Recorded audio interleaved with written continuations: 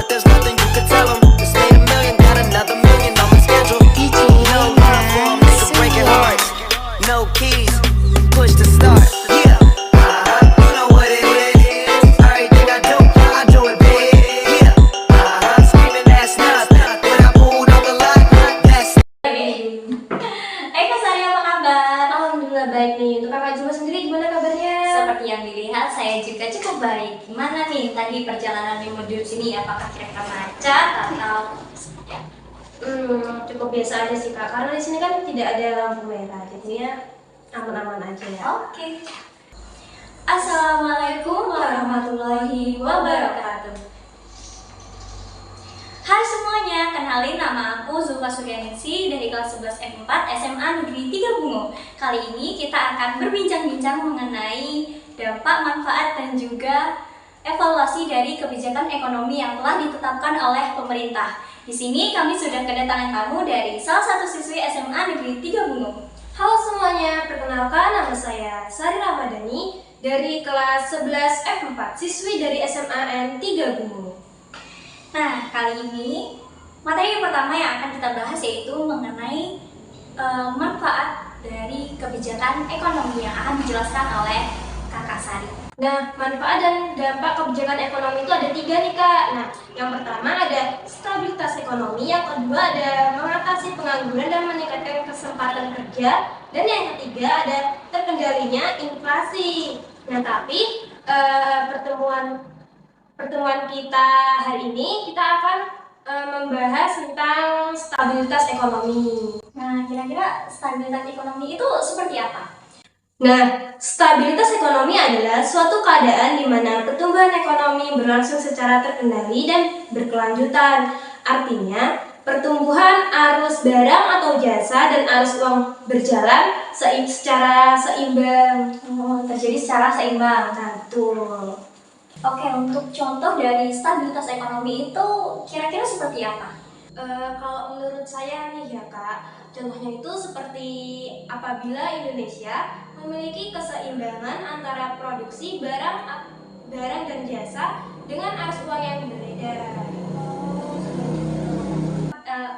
Nah, manfaat dari kebijakan ekonomi sudah kita bahas. Setelah ini kita akan lanjut ke dalam sesi dari dampak dari penerapan kebijakan moneter dan juga fiskal. Yang pertama yaitu kebijakan moneter yang akan kami bahas. Nah, menurut kakak dampak kebijakan moneter itu ada apa aja sih? Dampak dari kebijakan moneter itu ada jual beli surat berharga pemerintah, cadangan wajib minimum, dan pemberlakuan kredit. Nah, kebijakan moneter ini ternyata juga memengaruhi investasi yang dimana dapat mengurangi jumlah pengangguran di Indonesia. Apabila investasi itu berjalan dengan seimbang, maka para produsen akan meningkatkan jumlah produksinya sehingga memerlukan lebih banyak tenaga kerja, sehingga hal tersebut dapat mengurangi tingkat pengangguran yang ada di Indonesia. Seperti itu. Nah, yang ketiga kita akan membahas tentang dampak kebijakan fiskal yang kira-kira dampak kebijakan fiskal itu ada apa aja sih? Dampak kebijakan fiskal itu ada 3 kak. Yang pertama ada pembayaran transfer, yang kedua ada pajak, dan yang ketiga ada pengeluaran pemerintah. Nah, tapi kita di sini akan lebih mendalami tentang yang pajak nih ya kak. Boleh diuraikan seperti apa itu pajak? Nah, pajak sendiri itu adalah pungutan wajib yang dibayar rakyat kepada negara. Dan pajak juga digunakan untuk membiayai anggaran yang berkaitan dengan pembangunan dan kepentingan negara. Kebijakan fiskal dengan menggunakan instrumen ini dapat dilakukan dengan cara menaikkan atau menurunkan tingkat pajak. Nah, salah satunya pemerintah bisa memperlakukan kebijakan tingkat pajak ketika terjadi inflasi. Sehingga dampaknya adalah inflasi menjadi terkendali. Oke guys, jadi kali ini kita bakal masuk sesi yang terakhir, yaitu evaluasi kebijakan ekonomi yang telah diterapkan oleh pemerintah. Nah, kali ini kita akan membahas tentang kebijakan ekonomi pada masa demokrasi terpimpin pada saat itu. Buruknya perekonomian pada saat itu membuat pemerintah mengeluarkan kebijakan yang cukup signifikan. Kak, apa sih kebijakan yang dikeluarkan oleh pemerintah pada saat itu?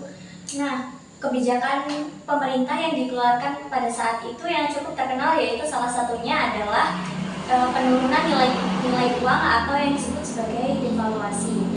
Nah, kebijakan ini dibuat untuk membendung tingginya tingkat inflasi yang diharapkan hal tersebut dapat meningkatkan nilai rupiah pada saat itu.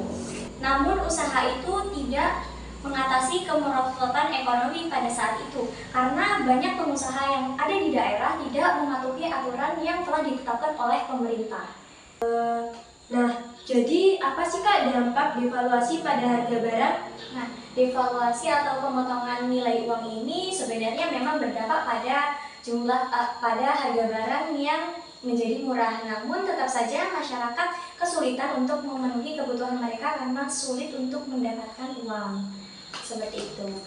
Lalu bagaimana keadaan kas negara pada saat itu? Kas negara pada saat itu mengalami defisit karena digunakan untuk memenuhi kebutuhan proyek politik pada saat itu. Untuk menyetop defisit pada saat itu, pemerintah tanpa pikir panjang menyetak uang begitu banyak. Sehingga devaluasi kembali dilakukan pada tahun 1965. Hal tersebut mengakibatkan terjadinya inflasi, sehingga Indonesia mengalami hyperinflasi sekitar 600% pada tahun 1963 hingga 1965. Jadi itulah yang terjadi pada masa demokrasi terpimpin. Oh, jadi gitu ya Kak. Setelah perbincangan kita ini, saya semakin paham tentang evaluasi kebijakan ekonomi ini. Nah, terima kasih Kak Sari karena sudah mau sharing tentang materi yang sudah kita bicarakan tadi.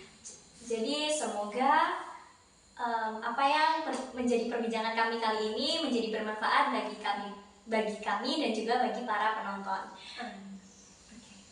Mohon maaf apabila ada kata-kata kami yang menyinggung hati para penonton. Oke, setelah itu terima kasih sudah menonton dan wassalamualaikum warahmatullahi wabarakatuh. Terima kasih.